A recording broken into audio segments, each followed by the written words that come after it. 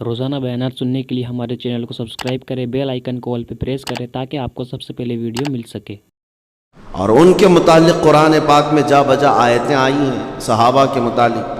اللہ فرماتا ہے وَكُلًّا وَعَدَ اللَّهُ الْحُسْنَى، جتنے ہیں سب کے لیے اللہ نے حسنہ کا وعدہ کیا ہے۔ حسنہ کیا ہے؟ جنت کا وعدہ فرمایا ہے۔ سب کے لیے اللہ تبارک و تعالیٰ نے خیر کا وعدہ فرمایا۔ کون؟ وہ صحابہ کے لیے۔ ان کی صفات بھی اللہ فرماتا ہے ان اللہ یحب الذین یقاتلون فی سبیلہ صفا کأنہم بنیان مرصوص، بے شک اللہ تعالیٰ ان لوگوں کو بے حد پسند فرماتا ہے کہ جب یہ جنگ میں جاتے ہیں ایسی صف بناتے ہیں جیسے سیسا پلائی ہوئی دیوار ہو، مضبوطی تھی ان کے اندر۔ وَأَمْرُهُمْ شُورَىٰ بَيْنَهُمْ، ان کے آپس میں معاملہ شورا سے ہوتا ہے، مشورے سے ہوتا ہے۔ ان کی صفات قرآن پاک میں جگہ جگہ رب تعالیٰ نے فرمایا ہے، کئی جگہ پر رسول اللہ کے صحابہ کا ذکر آیا۔ یہ آج میں آپ کے سامنے بات اس لیے رکھ رہا ہوں کہ صحابہ ہماری امت کی ایسی بنیادیں ہیں کہ اگر ان کو ہلا دیا جائے تو دین پورا مکمل ہمارا تزلزل کا شکار ہو جائے گا، کیونکہ حضور پاک صلی اللہ تعالیٰ علیہ وسلم سے جو کچھ بھی سنا، جو بھی حضور کی شریعت ہے، وہ سب پہنچانے والے کون ہیں؟ وہ صحابی ہیں۔ حضور اکرم صلی اللہ تعالیٰ علیہ وسلم کی ساری تعلیمات من و عن نقل کر کے امت تک پہنچانے کا جو کردار ادا کیا ہے وہ رسول اللہ کے صحابہ نے کیا ہے۔ اگر صحابہ کو تم نے مشکوک بنا لیا تو پھر تمہارا دین پورا مشکوک ہو جائے گا، دین کے اندر شک پیدا ہو جائے گا۔ اسی لیے قاعدہ ہے ہمارے دین کا الصحابۃ کلہم عدول، جتنے صحابہ ہیں سب کے سب عادل ہیں، پرہیزگار ہیں، ان میں کسی سے جھوٹ کا شائبہ بھی ہم نہیں رکھتے۔ عزیزان گرامی وقار، یہ عقیدہ رکھنا ہر مسلمان کے لیے ضروری ہے، ورنہ اس کا دین کا نظام درہم برہم ہو جائے گا۔ اگر مثال کے طور پر کسی صحابی کے متعلق آپ شک رکھتے ہیں، بدگمانی رکھتے ہیں، نعوذ باللہ، تو مطلب یہ ہے کہ حضور کی تعلیمات اگر اس صحابی سے ہو کر کے آئی ہے تو وہ ساری تعلیمات کا بھی آپ انکار کر دیں گے، حضور پاک صلی اللہ علیہ وسلم کی ان حدیثوں کا بھی انکار ہو جائے گا۔ تو اس طرح ایک آدمی فلاں صحابی، ایک آدمی فلاں صحابی سے بغض رکھنے لگ جائے، خود رسول کریم صلی اللہ تعالیٰ علیہ وسلم کی حدیث سنو، اللہ اللہ فی اصحابی، حضور صلی اللہ تعالیٰ علیہ وسلم فرماتے میرے صحابہ کے بارے میں اللہ سے خوف رکھو۔ خود نبی پاک نے فرمایا میرے صحابہ کے بارے میں اللہ سے ڈرو، اس لیے کہ جس نے میرے کسی صحابی کو گالی دی، حضور فرماتے اس نے مجھے گالی دی، اس نے مجھے ایذا دی ہے، تکلیف دی ہے۔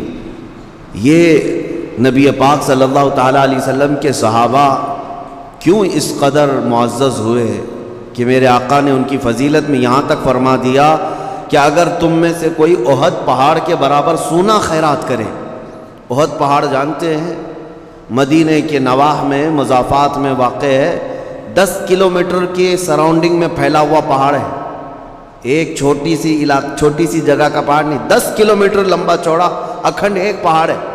اس پہاڑ کے برابر اگر تم سونا خیرات کر دو، حضور فرماتے، اور میرا کوئی صحابی جو کے دانے کے برابر خیرات کرے، تب بھی تمہارے سونے والی خیرات میرے صحابی کی خیرات کے برابر نہیں ہو سکتی۔ کتنی بڑی بات ہے، جو کے دانے کے برابر بھی اگر کسی صحابی نے خیرات کیا، ان کے اس عمل تک پوری امت نہیں پہنچ سکتی۔ کیوں؟ ان کو جو حاصل ہے وہ صحابیت کا شرف حاصل ہے، نبی پاک صلی اللہ تعالیٰ علیہ وسلم کی صحبت حاصل ہے، اور یہ دنیا کی سب سے عظیم ترین چیز اللہ نے انہیں عطا کی ہے۔ آپ سوچ سکتے ہیں کہ قرآن پاک میں اللہ تعالیٰ فرماتا ہے انما یرید اللہ لیذھب عنکم الرجس اہل البیت ویطہرکم تطہیرا۔ اللہ اپنے رسول کے متعلق فرماتا ہے، اللہ یہ چاہتا ہے کہ رسول آپ کا گھرانہ خوب صاف ستھرا ہو، ہر طرح کی آلائش، ہر طرح کی برائی رسول کے گھر سے دور کی اللہ نے، یہاں تک کہ پوری زندگی بھر میرے آقا صلی اللہ علیہ وسلم کے جسم پاک پر مکھی نہیں بیٹھی، حضور پاک کے جسم اطہر پر کبھی مچھر نہیں آیا۔ میں آپ کو بتا رہا ہوں، نبی پاک صلی اللہ تعالیٰ علیہ وسلم کی زندگی بھر مچھر اور مکھی نہیں بلکہ اجلہ علماء کا یہ ماننا بھی ہے کہ نبی پاک صلی اللہ تعالیٰ علیہ وسلم کی پرچھائی کبھی زمین پر نہیں پڑتی. کیوں؟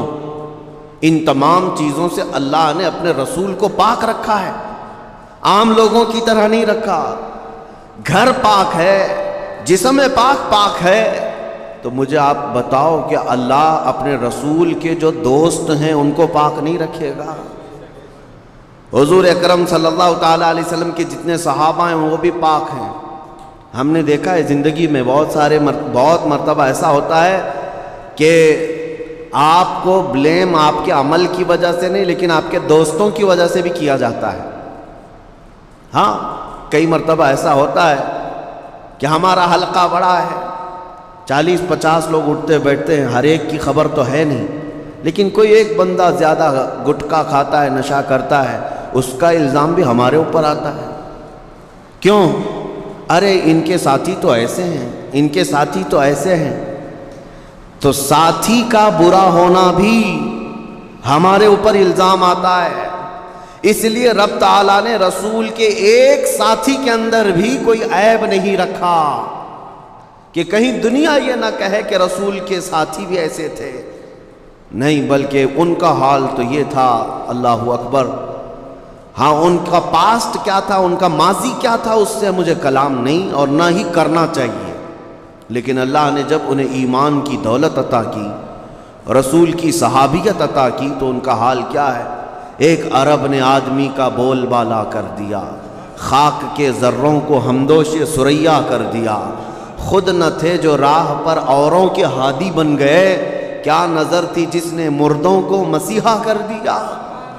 نبی پاک صلی اللہ تعالیٰ علیہ وسلم کی نگاہ کیمیا اثر نے ان صحابہ کو کس بلند مقام پر پہنچایا، کس بلند مقام پر. وہ اپنی قوم کی نہیں، پوری کائنات کے محافظ بن گئے، عورتوں کی عزت کے محافظ بن گئے، امانتوں کے امین بن گئے. ہر چیز میں آپ کو بتاؤں، وہ اخلاق و کردار صحابہ میں ڈالے کس نے تھے جو دنیا آج بھی اس کی مثالیں لانے سے عاجز ہے. مثالیں لانے سے عاجز ہے. ہزار تم آج بڑی بڑی آرگنائزیشن دیکھ لینا ہیومینٹی کے سلسلے میں اور ہیومن بینگ کے نام پر، موسم کے متعلق اور انسانوں کے متعلق. میں آپ کو دونوں مثالیں آپ کو بتاتا ہوں. نبی پاک صلی اللہ تعالیٰ علیہ وسلم کے صحابہ جو پہلے مکہ مکرمہ میں ان کے اخلاق کیا تھے، کردار کیا تھے، وہ الگ مسئلہ. لیکن آپ کو بتاؤں، ایک صحابی حضور کے دربار میں بیٹھے ہیں اور دیگر صحابہ بھی ہیں. ایک مہمان حضور کے آئے. نبی پاک صلی اللہ تعالیٰ علیہ وسلم نے ارشاد فرمایا، آج میرے مہمان کی مہمان نوازی کوئی کرے گا؟ ایک صحابی، انصاری صحابی ہیں، اٹھے اور کہا، یا رسول اللہ میں اپنے گھر لے جاتا ہوں. پوچھا بھی نہیں گھر میں کچھ ہے بھی کہ نہیں، لیکن دم بھر لیا کہ رسول کا مہمان ہے، میں لے کے جاتا ہوں.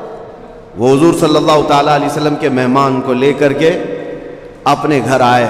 جب گھر آئے تو بیوی کو کہا کہ نبی پاک صلی اللہ تعالیٰ علیہ وسلم کے مہمان گھر پر آئے ہیں. بیوی نے کہا، میاں بتاتے تو گھر میں پکا ہوا کھانا کچھ بھی نہیں ہے، ایک آدمی کا کھانا باقی ہے بس، اور میرے 2 بچے ہیں اور میں ہوں، آپ ہیں، ایک ہی آدمی کا کھانا باقی ہے، مہمان کا کیا کیا جائے؟ تو سنو، خاتون خود ہی مشورہ دیتی ہیں. یہ صحابہ کا گھر ہے. بیوی خود کہتی ہے، چلو کوئی بات نہیں، آپ نے دعوت دے کر بلا ہی لیا ہے تو ایک کام کریں، میں اپنے بچوں کو تھپکی دے دے کر کے سلا دوں گی، سو جائیں گے بچے، اور جب دسترخوان پر میں کھانا رکھوں تو چراغ بجھا دینا اور آپ کھانے جیسی حرکت کرتے رہنا، منہ چباتے رہنا، کھانا مت، تاکہ رسول اللہ کا مہمان پیٹ بھر کر کھانا کھا لے. میں اور آپ کل دیکھیں گے کھانا، ہم رسول اللہ کے مہمان کو پورے کھانے کو پروس دیتے ہیں. کیسا طریقہ تھا.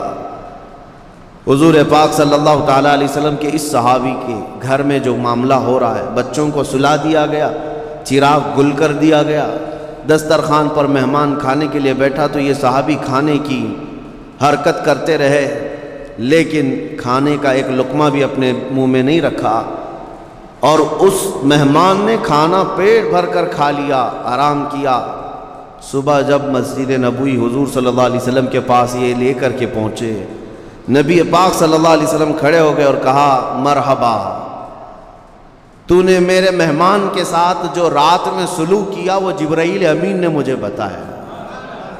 اللہ تجھ سے راضی ہے، اللہ تجھ سے راضی ہے، تیرے بہترین جزا تجھے عطا کیا جائے گا۔ میں یہ پوچھتا ہوں کہ ان کے اندر نفس کہاں تھا، ان کے اندر خواہشات کہاں تھی؟ یہ رسول کے وہ صحابہ جو ایثار اور قربانی کے اعلیٰ مثالیں دنیا کو دے چکے ہیں، لیکن اس کی مثال دنیا لانے سے عاجز ہے۔ اور جنگ کے میدانوں میں بھی پانی اپنے لیے نہیں، پہلے اپنے زخمی بھائی کے لیے قربان کرتے۔ گھر میں اگر کوئی تحفہ آ جائے تو پڑوس پر نچھاور کر دیتے۔ یہ معاشرہ، یہ سوسائٹی میرے رسول نے بنایا، ان صحابہ کو اعلیٰ کردار تک پہنچایا گیا ہے۔ علم میں ان کا کوئی ثانی نہیں، عمل میں ان کا کوئی ثانی نہیں، اور جب حکومت کرنے کے لیے بیٹھ گئے تو قیصر و کسریٰ بھی گھٹنے ٹیکنے پر مجبور ہو گئے۔ روزانہ بیانات سننے کے لیے ہمارے چینل کو سبسکرائب کریں، بیل آئیکن کو آل پہ پریس کریں تاکہ آپ کو سب سے پہلے ویڈیو مل سکے۔